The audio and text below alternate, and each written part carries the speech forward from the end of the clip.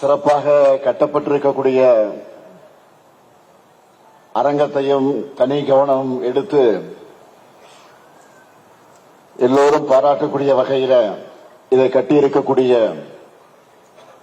மாண்புமிகு பொதுப்பணித்துறை அமைச்சர் ஏவா வேலு அவர்களுக்கு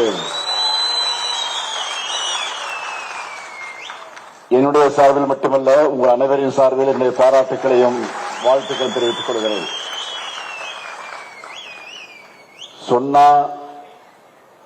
சொன்னதை செய்கிறவன் தான் இந்த முத்துவேல் கருணாநிதி ஸ்டாலின்.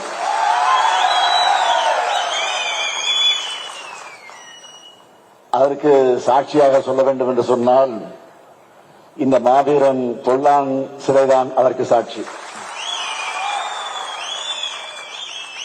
2019 நான் எதிர்க்கட்சி தலைவராக இருந்த நேரத்தில்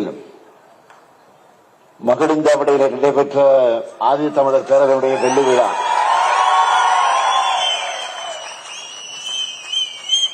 அதை முன்னின்று நடத்தியவர் நம்முடைய அதிகமானவர்கள்.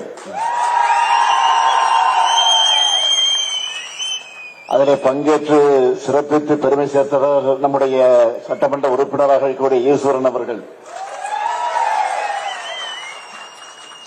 மாவீரன் பொல்லானுக்கு சிலையும் மணிமண்டபமும் அமைப்போன்னு அந்த நிகழ்ச்சியில நான் உறுதி அளித்தேன். இன்றைக்கு அதை உங்கள் முன்னால் திறந்து வைத்திருக்கிறேன்.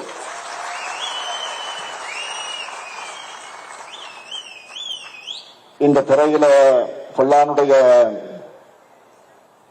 வாழ்க்கை வரலாற்றை சிறு குறிப்பாக எடுத்து வெளியிட்ட நேரத்தில் அதை சுட்டிக்காட்டினார்கள். பவானி போர், ஓடாநிலை போர், அரசால போர்னு அந்நியரான ஆங்கிலேயரை எதிர்த்து போரிட்டு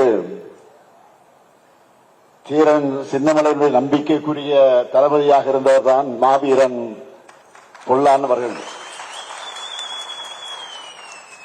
பொல்லானுடைய வீரத்தை கண்டு சினம் கொண்ட ஆங்கிலேய பட தளபதி கர்னல் ஹாரிஸ் தலைமையிலான படையால் அவர் சுட்டுக்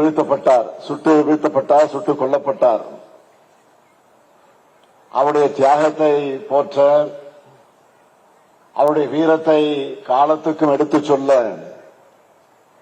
இப்படி ஒரு நினைவு சின்னம் வேண்டும் என்று பல ஆண்டு காலமாக இருந்து வந்த கோரிக்கை இப்போ நம்முடைய திராவிட மாடல் அரசின் மூலமாக அது நிறைவேற்றப்பட்டிருக்கு. இந்த பெருமையான தருணத்தில் ஒரு முக்கியமான செய்தியை உங்க கூட பகிர்ந்துக்கிறது பொருத்தமாக இருக்கும் என்று நான் கருதுகிறேன். ஏன் உங்களில் பலருக்கு கூட அது நினைவில் இருக்கும் என்று நான் கருதுகிறேன். கடந்த ஜூன் மாதம் இந்து ஆங்கில நாளேட்டில ஒரு செய்தி வந்துச்சு. அதை படிச்சதுமே எனக்கு மிகுந்த மகிழ்ச்சி ஏற்பட்டுச்சு. அந்த செய்தி என்னன்னு கேட்டீங்கன்னா, அருந்ததியினுடைய உள் ஒதுக்கீடு, அதற்குரிய சட்டம் அந்த மக்களுக்கு எத்தகைய ஒளிவிளக்காக திகழுது என்பதை பற்றி அதில் குறிப்பிட்டு காட்டியிருக்கிறார்கள் இந்து பத்திரிகையில. அதாவது தகவல் அறியக்கூடிய உரிமை சட்டத்தில் தகவலை பெற்று ஆதாரத்தோடு இந்த செய்தியை வெளியிட்டிருக்கிறாங்க. அந்த செய்தியில சொல்றாங்க, 2009 193 அருந்ததியினர் மாணவர்கள் பொறியியல் படிச்சிருந்த நிலை மாறி இந்த ஆண்டு 3944 மாணவர்கள் இன்ஜினியரிங் படிக்கிறாங்க என்றும் 2023-24 ஆண்டுல 193 மாணவர்கள் எம்பிபிஎஸ் படிக்கிறாங்கன்னு அந்த செய்தியில குறிப்பிட்டிருந்தாங்க. இதுல எனக்கு ஏற்பட்ட தனிப்பட்ட பெருமை என்னன்னு கேட்டீங்கன்னா, அதான் சொன்ன உங்களே பலருக்கு தெரிந்திருக்கும். இந்த உள்ஒதுக்கீடு சட்டத்தை தலைவர் கலைஞர் அவர்கள் நிறைவேற்ற முடிவு செஞ்சார். முடிவு செஞ்சு அந்த சட்டமன்றத்தில் அந்த தீர்மானத்தை கொண்டு வந்து சட்ட மசோதாவை கொண்டு வந்து நிறைவேற்ற வேண்டும். ஆனால் திடீரென்று அவருக்கு உடல்நலிவு ஏற்பட்டு ராமச்சந்திரா மருத்துவமனையில் அனுமதிக்கப்பட்டிருந்தார். அதனால் அவரால் எழுந்து நடமாட முடியாத நிலை அன்றைக்கு ஏற்பட்டது. அன்றைக்கு காலை எனக்கு தொலைபேசி வருகிறது வீட்டுக்கு, உடனே புறப்பட்டு வா என்று. எங்கே? மருத்துவமனைக்கு. வந்தவுடன் என்னை அழைத்து சொன்னார், நான் ஒரு சட்ட மசோதாவை சட்டமன்றத்தில் இன்றைக்கு நான் நிறைவேற்ற வேண்டும், அறிமுகப்படுத்த வேண்டும். என்னால் மருத்துவர்கள் என்னை போக அனுமதிக்க மறுத்துவிட்டார்கள். அதனால் நீ சென்று என்னுடைய சார்பில் அந்த மசோதாவை அறிமுகப்படுத்த என்று எனக்கு உத்தரவிட்டார்கள். சட்டமன்றத்தில் தாக்கல் செய்யக்கூடிய வாய்ப்பு இந்த அடியேன் ஸ்டாலினுக்கு கிடைத்தது என்னை இன்றைக்கு நான் பெருமைப்படுகிறேன். ஒரு சமூகத்தையே முன்னேற்றத்திற்கான அந்த சமூக நீதி பாதையை கட்டமைக்கிறதுல என்னுடைய பங்கும் இருந்திருக்கிறது என்பதை என்னை இன்றைக்கும் மகிழ்ச்சி அடைகிறேன். அதுதான் எனக்கு கிடைத்த பெருமை.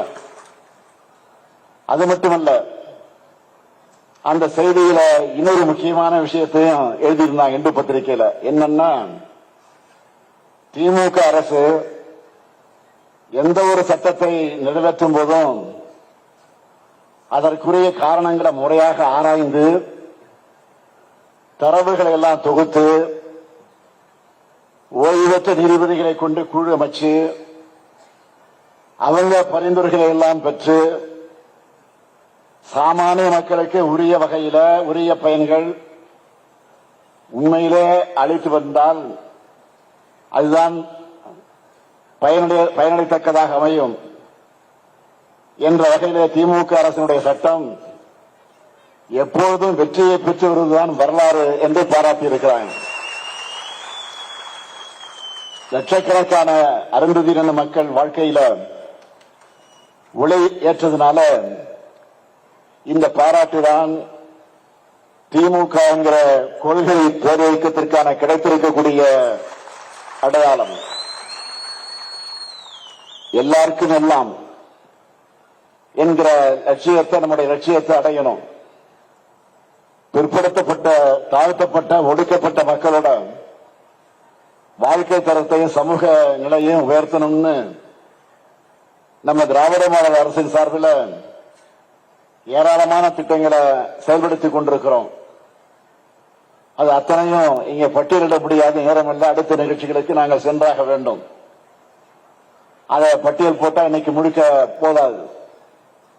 எனவே அருந்ததியர் மக்களுக்காக செய்யப்பட்டிருக்கக்கூடிய சிலவற்றை மட்டும்தான், அத்தனையும் இல்ல, சிலவற்றை மட்டும்தான், அதுவும் தலைப்பு செய்திகளாக உங்களிடத்தில் குறிப்பிட விரும்புகிறேன்.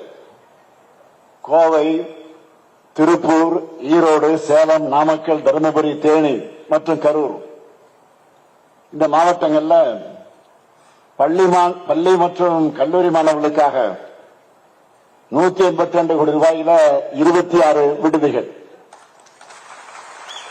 74 கோடி ரூபாயில 107 பள்ளி கட்டடங்கள், 20 கோடி ரூபாயில 26 சமுதாய கூடங்கள், 134 கோடி ரூபாயில 131 கிராம அறிவுசார் மையங்களை உருவாக்கி கொண்டிருக்கிறோம். அண்ணல் அம்பேத்கர் அயலக உயர்கல்வி திட்டத்தில் 29 மாணவர்களுக்கு 10 கோடியே 30 லட்சம் ரூபாய் உதவித்தொகையாக வழங்கியிருக்கிறோம். முழுநேர முனைவர் ஆராய்ச்சி படிப்புக்காக 329 மாணவர்களுக்கு 3 கோடி 29 லட்சம் ரூபாய் ஊக்கத்தொகையாக வழங்கியிருக்கிறோம். போஸ்ட் மெட்ரிக் கல்வி உதவி தொகையை 3,69,550 பேருக்கும், ப்ரீ மெட்ரிக் கல்வி உதவி தொகையை 5,42,396 மாணவர்களுக்கும் வழங்கியிருக்கிறோம். தூய்மை பணியாளர்களுக்கான நல வாரியத்தை திருத்தி அமைச்சிருக்கிறோம்.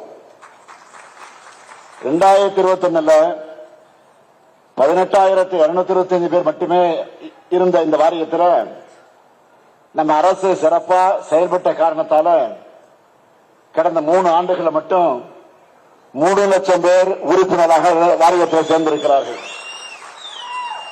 இவங்களுக்கெல்லாம் 11,76,00,000 மதிப்பிலான நலத்திட்ட உதவிகள் வழங்கப்பட்டிருக்கு.